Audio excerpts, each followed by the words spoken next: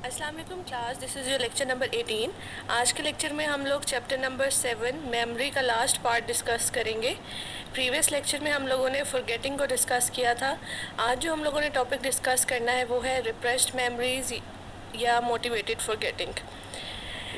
इंसान की ज़िंदगी में कुछ ऐसे वाक़यात होते हैं, ऐसे एक्सपीरियंसेस होते हैं जो कि बहुत ट्रॉमेटिक होते हैं या जिन से इंसान इमोशनली हर्ट हुआ होता है। तो ऐसे इवेंट्स को इंसान जानबूझ के भुलाने की कोशिश करता है। ये जो खुद से भुलाने का अमल है इसको हम मोटिवेटेड फॉरगेटिंग कहते हैं, जिसमें इंसान अपनी मर्ज़ी से उन पेनफुल वाक़यात या उन एक्सपीरियंसेस को जो कि उसके लिए बुरे थे या उसके लिए तकलीफ़ का बाइस थे, उनको भुलाने के लिए जानबूझ के कोशिश करता है। ऐसी फॉरगेटिंग को हम कहते हैं मोटिवेटेड फॉरगेटिंग। ये जो मेमोरीज़ होती हैं जिनको इंसान भुलाने की कोशिश करता है, जो कि इंसान के लिए पेनफुल होती हैं या ट्रॉमेटिक होती हैं या इमोशनली डिस्टर्बिंग होती हैं, ऐसी मेमोरीज़ को हम कहते हैं रिप्रेस्ड मेमोरीज़, जिनको इंसान भुलाने की कोशिश करता है। और जो इस प्रोसेस को हम कहते हैं मोटिवेटेड फॉरगेटिंग, यानी ऐसा प्रोसेस जिसमें इंसान जानबूझ के या सोच समझ के अपनी उन मेमोरीज़ को ख़त्म करना चाहे जो कि उसके लिए पेनफुल थी या जो वो दोबारा से याद करना नहीं चाहता। तो ये हमारे पास रिप्रेस्ड मेमोरीज़ या मोटिवेटेड फॉरगेटिंग। सिगमंड फ्राइड ने बेसिकली मोटिवेटेड फॉरगेटिंग या रिप्रेस्ड मेमोरीज़ का जिक्र किया था।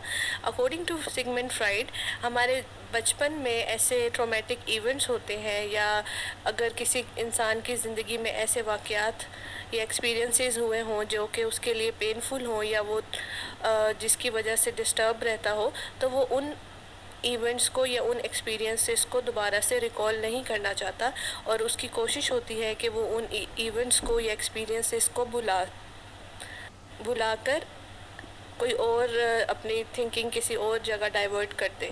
तो अकॉर्डिंग टू सिगमंड फ्राइड, ये जो हमारे इवेंट्स होते हैं, जो हमारे पेनफुल इवेंट्स होते हैं जिनको इंसान भुला देता है, वो हमारे अनकॉन्शियस लेवल में चले जाते हैं, या जो हमारी तमाम रिप्रेस थॉट्स हैं या वो थॉट जो हम जानबूझ के छुपा लेते हैं या जिनको हम याद नहीं करना चाहते, वो तमाम हमारी जो इवेंट्स की मेमोरीज़ हैं वो हमारे अनकॉन्शियस पार्ट में चले जाते हैं। आप लोगों ने कॉन्शियसनेस का जब चैप्टर पढ़ा था तो आपने ये अनकॉन्शियस लेवल और कॉन्शियस लेवल और सब कॉन्शियस लेवल, ये तीनों हम लोगों ने लेवल्स डिस्कस किए थे। तो ये भी फ्राइड ने ही हमें ये लेवल्स बताए थे। तो अकॉर्डिंग टू फ्राइड, ये जो हमारी तमाम मेमोरीज़ होती हैं, जो पेनफुल मेमोरीज़ हैं या एम्बैरेसिंग मेमोरीज़ इनको कह सकते हैं, यानी ऐसी सिचुएशंस जहाँ पे हमें कोई एम्बैरेसमेंट हुई हो या हमें अच्छा ना महसूस हुआ हो या जो हमारे लिए तकलीफ़ का बाइस हो, तो ये तमाम मेमोरीज़ इंसान जब भुला देता है या मोटिवेटेड फॉरगेटिंग करता है तो ये तमाम मेमोरीज़ हमारे अनकॉन्शियस लेवल में चली जाती हैं। तो ये है हमारे पास रिप्रेस्ड मेमोरीज़ या मोटिवेटेड फॉरगेटिंग। इसके बाद हम लोग डिस्कस करेंगे कि ऐसे कौन से तरीक़ेकार हैं जिनसे हम अपनी मेमोरी को बेहतर बना सकते हैं। तो उसके लिए हम पढ़ेंगे इन्हेंसिंग मेमोरी, कि हम अपनी मेमोरी को किस तरह से इन्हेंस कर सकते हैं या हम जो चीज़ें स्टोर करते हैं अपने ब्रेन में उसका जो ड्यूरेशन है वो किस तरह से बढ़ा सकते हैं। तो हम ये कुछ टेक्निक्स पढ़ेंगे, कुछ मेमोरी सिस्टम्स पढ़ेंगे जिनको यूज़ करके हम अपनी मेमोरी को बेहतर बना सकते हैं।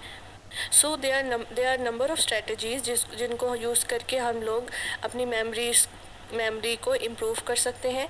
इन स्ट्रेटजीज़ को हम कहते हैं निमोनिक्स। निमोनिक्स वो स्ट्रेटजीज़ होती हैं जो कि हम यूज़ कर सकते हैं अपने मेमोरी को इन्हेंस करने के लिए या इम्प्रूव करने के लिए। तो निमोनिक्स की कुछ जो स्ट्रेटजीज़ हैं वो हम डिस्कस करेंगे जिनसे हमारी मेमोरी इम्प्रूव हो सकती है। निमोनिक्स की जो पहली टेक्निक है वो है निमोनिक्स यूजिंग इमेजेस को यूज़ करके हम किस तरह से अपनी मेमोरी को बेहतर बना सकते हैं। तो उसमें हम देख सकते हैं कि हम जब किसी भी ऑब्जेक्ट का इमेज बना लें अपने ब्रेन में तो हम उसको ज़्यादा देर तक याद रख सकते हैं। निमोनिक्स यूजिंग या इमेजेस को हम मज़ीद दो तरह की टेक्निक्स में या दो तरह की निमोनिक्स डिवाइसेस में कैटेगराइज कर सकते हैं। यानी इस मेथड के दो और टेक्निक्स हैं या दो और मेथड्स हैं, जिनमें कीवर्ड मेथड है और द मेथड ऑफ लोकाई है। इनको हम वन बाय वन डिस्कस करेंगे, फिर आप लोगों को समझ आएगा कि हम किस तरह से इमेजेस को यूज़ करके, यानी चीज़ों की शक्ल को या उसकी जैसे पिक्चर को यूज़ करके किस तरह से अपनी मेमोरी को इन्हेंस कर सकते हैं। तो पहला मेथड हमारे पास है कीवर्ड मेथड। कीवर्ड मेथड वो मेथड है जिसमें हम अगर कोई ऐसी लैंग्वेज सीख रहे हों जो कि हमारे लिए फ़ॉरेन लैंग्वेज हो, यानी हमारे लिए न्यू लैंग्वेज हो, जो कि हमने बचपन से कभी सुनी नहीं, ना ही हमने कभी बोली हो, तो वो हमें एक तरह से हमारे लिए फ़ॉरेन लैंग्वेज होगी। अब वो फ़ॉरेन लैंग्वेज किसी किस्म की भी लैंग्वेज हो सकती है। उस लैंग्वेज को सीखने के दौरान हमने अब उसके वर्ड्स को याद रखना है, तो वो एक मुश्किल अमल होता है, क्योंकि जो लैंग्वेज आपने कभी सीखी नहीं, ना ही सुनी, ना बोली, तो उसके जो वर्ड्स हैं उसको याद करना मुश्किल होता है। तो अब उनके वर्ड्स को किस तरह याद किया जा सकता है, हम कीवर्ड मेथड यूज़ कर सकते हैं। अब कीवर्ड मेथड में ये होता है कि अगर आप कोई डिफरेंट लैंग्वेज सीख रहे हैं जिसमें जो वर्ड्स हैं उसकी साउंड को आप किसी ऐसे वर्ड के साउंड के साथ मैच कर लेते हो जो कि आपके फेमिलियर वर्ड्स होते हैं। यानी फॉर एग्जांपल आप फ्रेंच सीख रहे हो और फ्रेंच में जो वर्ड है पेन, पेन को फ्रेंच में ब्रेड कहते हैं, यानी डबल रोटी। तो क्योंकि जो वर्ड पेन है वो फ्राइंग पैन से थोड़ा सा फेमिलियर साउंड करता है, तो क्योंकि फ्राइंग पैन और ब्रेड एक ही जगह पे मौजूद होते हैं, जैसे हम देखते हैं कि पैन में ही हम ब्रेड बेक करते हैं या ब्रेड बनाते हैं, फ्राइंग पैन पे हम ब्रेड को गर्म करते हैं। तो इस तरह से हम चीज़ों की साउंड से दो वर्ड्स को जोड़ लेते हैं ताकि हम उसको याद रख सकें। जैसे अभी मैंने आपको बताया है कि फ्रेंच में पेन को ब्रेड कहते हैं। अब हमने ब्रेड को याद कर रखना है फ्रेंच में, तो हम फ्राइंग पैन से उसको मुंसलिक कर लेंगे क्योंकि दोनों की साउंड सेम है। तो कीवर्ड मेथड में हम सिमिलर साउंड के वजह से वर्ड्स को ज्वाइन करके, मतलब उनको कनेक्ट कर लेते हैं और अपने जहन में याद रख लेते हैं। इस तरह और भी बहुत सारी एग्जांपल्स हम ले सकते हैं जिसमें सिर्फ चीज़ों की साउंड सिमिलर होने की वजह से हम फ़ौरन से, अगर फ्रेंच में अगर आपको पेन कहा जाए तो आपको फ़ौरन से याद, अगर आपने उसको मुंसलिक किया हुआ है फ्राइंग पैन से याद रखने के लिए, तो आपको फ़ौरन से याद आ जाएगा कि पेन का मतलब है ब्रेड। ठीक है, तो इस तरह से हम वर्ड्स को जो कि हमारे लिए न्यू वर्ड्स होते हैं उनको हम याद रख सकते हैं। वर्ड्स की साउंड को किसी ऐसी साउंड से मिला के जो कि हमारे लिए फेमिलियर वर्ड हो और थोड़ा बहुत उसका मतलब भी मैच करता हो, ताकि हम उस वर्ड को याद रख सकें। सो इस मेथड को हम कहते हैं कीवर्ड मेथड। और ये वो मेथड है जिसको यूज़ करके हम अपनी मेमोरी की इन्हेंसमेंट कर सकते हैं या अपनी मेमोरी को बेहतर बना सकते हैं। ठीक है क्लास, तो नेक्स्ट हमारे पास मेथड है the method of loci. Loci का मतलब होता है लोकेशन। जो आपने अगर साइंस पढ़ी होगी तो आपने क्रोमोसोम्स की लोकेशन में लोकाई का वर्ड पढ़ा होगा। तो उसमें क्या होता है कि लोकेशन बेसिकली इसका मतलब होता है कि किसी भी जगह, किसी भी चीज़ की जगह, जिसको हम लोकेशन कहते हैं। मेथड ऑफ लोकेशन में जब भी हम किसी चीज़ को याद रखते हैं तो हम उसको उसकी लोकेशन से याद रखते हैं। फॉर एग्ज़ाम्पल अगर आपसे कहा जाए कि अंडे, ब्रेड या ग्रोसरी की जो चीज़ें होती हैं वो कहाँ पाई जाती हैं, तो आपका फ़ौरन से जो माइंड होगा वो किचन की तरफ जाएगा। फॉर एग्ज़ाम्पल अगर आपको भूख लगी और आपने ऑमलेट खाना है तो आप फ़ौरन से क्या करेंगे, किचन की तरफ जाएंगे, क्योंकि आपको याद है कि जो ऑमलेट या एग्स हैं वो किचन में या फ्रिज में पड़े होते हैं। तो जब हम चीज़ों को उसकी लोकेशन से याद रखते हैं तो हमें ज़्यादा जल्दी वो उस रिकॉल करने में आसानी होती है, या वो जो मेमोरी होती है वो ज़्यादा देर तक रहती है।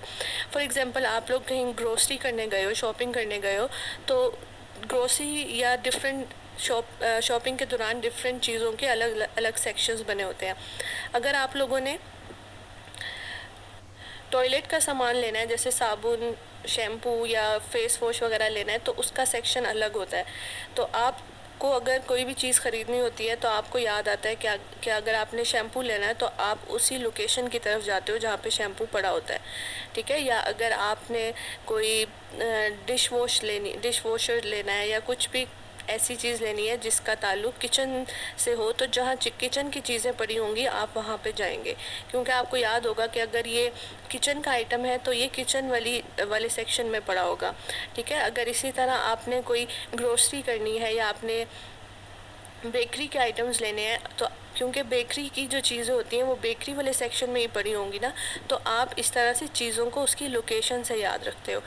अगर फॉर एग्ज़ाम्पल घर में आपकी डिफरेंट लोकेशन है और अगर आपने कोई चीज़ ढूंढनी हो तो आप फॉर एग्ज़ाम्पल अगर आप कोई जूता अपना ढूंढ रहे हो तो जूते का जो सेक्शन होता है या जो शू रैक होता है, तो पॉसिबल यही होता है कि जो आपके जूते हैं उसी रैक में मिलेंगे, क्योंकि उसकी वही लोकेशन है या उस चीज़ की रखने की वही जगह है।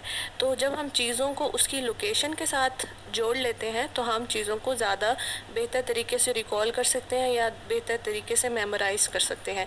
सो ये एक और मेथड है, मेथड ऑफ लोकाई, जिसको हम मेमोरी इन्हेंसमेंट के लिए यूज़ करते हैं। इसके अलावा ये भी देखा गया है कि this method is particularly helpful in remembering items in a serial order.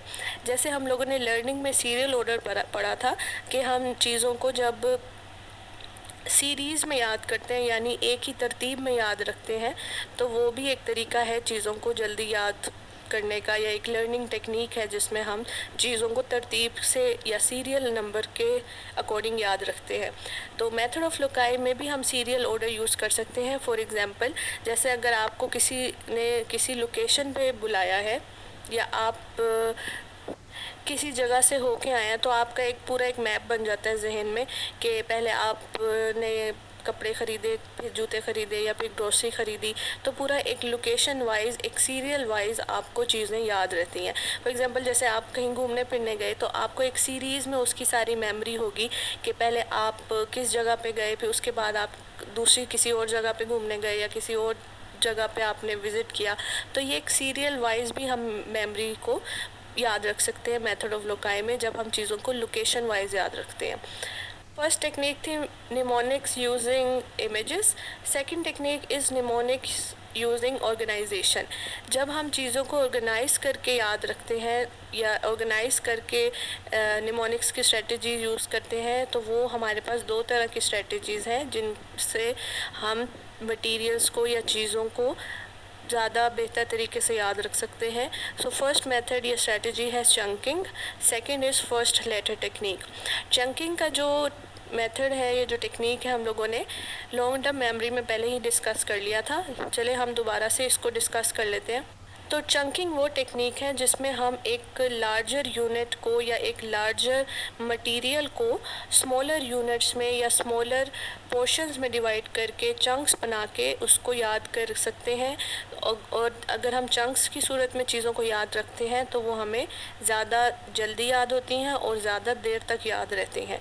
तो चंकिंग एक ऐसी टेक्निक है जिसमें हम बड़ी इंफॉर्मेशन को या ऐसी इंफॉर्मेशन जो कि लेंथी इंफॉर्मेशन है या लार्ज इंफॉर्मेशन है या लार्ज मटेरियल है या कोई बड़ी चीज़ है, जिसको हम अगर छोटे हिस्सों में डिवाइड कर दें और उस छोटे हिस्सों में याद रखें, तो हम चीज़ों को बेहतर तरीके से याद रख सकते हैं और देर तक याद रख सकते हैं। इस मेथड को हम कहते हैं चंकिंग। जैसे पहले भी मैंने आपको एक नंबर की एग्जांपल दी थी, जैसे हम फ़ोन नंबर्स याद करते हैं, सीरियल नंबर्स याद करते हैं या आईडी कार्ड नंबर्स याद करते हैं या रोल नंबर्स याद करते हैं। जैसे मैट्रिक में, एफएससी में आपने अपना रोल नंबर याद किया होगा, तो वो काफ़ी बड़ा रोल नंबर होता है। तो आप लोग किस तरह से याद कर सकते हैं उसको, चंक्स बना के या उस बड़े नंबर को छोटे नंबर्स में डिवाइड करके। यानी अगर आपका 1 2 3 4 5 6 7 8 9 10 तक कोई भी रोल नंबर है, तो आप 1 2 का एक पेयर बना ले, 2 3 4 का एक पेयर बना ले, 5 6 का एक पेयर बना ले। तो क्या होगा, इस तरह छोटे चंक्स में उसी नंबर को जब आप डिवाइड कर दोगे तो आप उसको बेहतर तरीके से याद रख सकते हो। जैसे फ़ोन नंबर होता है, जैसे 0300 उसका जो फर्स्ट कोड होता है वो, फिर आगे जो भी उसका नंबर हुआ उसको अगर आप 2 या 3 पोर्शन में डिवाइड कर लेते हो, तो आप यानी चंक्स बना लेते हो, तो आप उस नंबर को ज़्यादा जल्दी और ज़्यादा देर तक याद रख सकते हो। ठीक है, जिस तरह पहले पीटीसीएल के नंबर्स होते थे 061 4 और उसके बाद जो भी नंबर होता था। तो अगर आप आज भी वो नंबर याद करने की कोशिश करते हो तो आपको कोई भी नंबर पीटीसीएल का जो आपने बचपन में कभी याद रखा, तो अगर आप उसको रिकॉल करोगे तो आपको वो नंबर याद होगा। वो इस वजह से याद होगा क्योंकि आपने जब उसको याद किया होगा तो आपने उसको चंक्स में याद किया होगा। सो चंकिंग वो टेक्निक है या वो मैकेनिज़्म है जिससे हम अपनी शॉर्ट टर्म मेमोरी को इन्हेंस कर सकते हैं या उसकी जो ड्यूरेशन है वो इंक्रीज़ कर सकते हैं, उसकी कैपेसिटी इंक्रीज़ कर सकते हैं और उसको हम लॉन्ग टर्म मेमोरी भी बना सकते हैं। तो चंकिंग भी एक मेमोरी इन्हेंसमेंट टेक्निक है। इसके अलावा जो टेक्निक हम लोग डिस्कस करेंगे वो है फर्स्ट लेटर टेक्निक। अब फर्स्ट लेटर टेक्निक वो टेक्निक है जिसमें हम चीज़ों को याद रखने के लिए उसका फर्स्ट लेटर याद रख लेते हैं। तो जब भी फर्स्ट लेटर याद होता है या उसको हम रिकॉल करते हैं तो हमें उसका एक्चुअल वर्ड भी याद आ जाता है। जैसे फॉर एग्जांपल आप लोगों ने बचपन में वोवल्स पढ़े होंगे। वोवल्स जिसमें हम जिसके साथ हम एन या ए लगाते हैं, जिनके साथ एन लगता है उनको वोवल्स कहते हैं। जैसे AEIOU, तो ए क्या था, हमारे पास फर्स्ट लेटर वर्ड था या फर्स्ट वर्ड हमने याद कर लिया कि ए के साथ हर जो भी वर्ड ए से स्टार्ट होगा उसके साथ एन लगेगा, यानी वो वोवल वर्ड होगा। तो हमें याद कर लिया हमने कि AEIOU, ये जो फर्स्ट लेटर्स होंगे किसी भी वर्ड के उसके साथ एन लगेगा। इंग्लिश ग्रामर में, जैसे इंग्लिश अगर आपको ये बचपन में याद हो कि हम AEIOU को वोवल्स कहते थे। तो इसी तरह जैसे हम लोग रेनबो के कलर्स याद करते हैं कि विब गायर हमने एक शॉर्ट फॉर्म बना ली है जिसमें V for violet, I for indigo, B for blue, Y for yellow, O for orange and R for red. जब इन तमाम कलर्स के फर्स्ट वर्ड को हम एक वर्ड बना लेंगे तो उसका वर्ड बनेगा विब गॉयर। तो इन तमाम वर्ड्स को याद रखने के लिए हमने उसके फर्स्ट लेटर को याद रखा या उस फर्स्ट लेटर का एक एक्रोनिम बना लिया, यानी शॉर्ट फॉर्म बना ली। इसी तरह हम बहुत सारे एक्रोनिम यूज़ करते हैं या एब्रीविएशन यूज़ करते हैं जिससे हम एक्चुअल वर्ड को ज़्यादा बेहतर तरीके से याद रख सकते हैं। अब जैसे BZU भी एक एक्रोनिम है, एक शॉर्ट फॉर्म है बहाउद्दीन ज़िक्रिया यूनिवर्सिटी की। तो हम उसको BZU क्यों कहते हैं कि एक तो आसानियाँ बोलने में और हमें याद भी रहता है कि ये यूनिवर्सिटी का क्या एक्चुअल नाम है। इसी तरह हम बहुत सारी शॉर्ट फॉर्म्स बना लेते हैं जिससे हमें याद रहता है कि वर्ड क्या है। तो बेसिकली फर्स्ट वर्ड लेटर यही है कि हम चीज़ों के या कोई भी वर्ड के फर्स्ट लेटर को याद रखते हैं ताकि हम उसका एक्चुअल वर्ड ज़्यादा जल्दी रिकॉल कर सकें।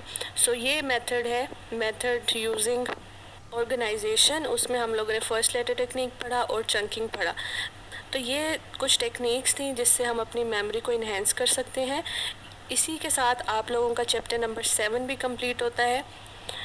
आज हम लोगों ने चैप्टर नंबर 7 कम्प्लीटली पढ़ लिया है। सो आज के लिए इतना ही। इंशाल्लाह नेक्स्ट लेक्चर में हम लोग नेक्स्ट चैप्टर स्टार्ट करेंगे। This is all for now. Take care class. अल्लाह हाफिज़।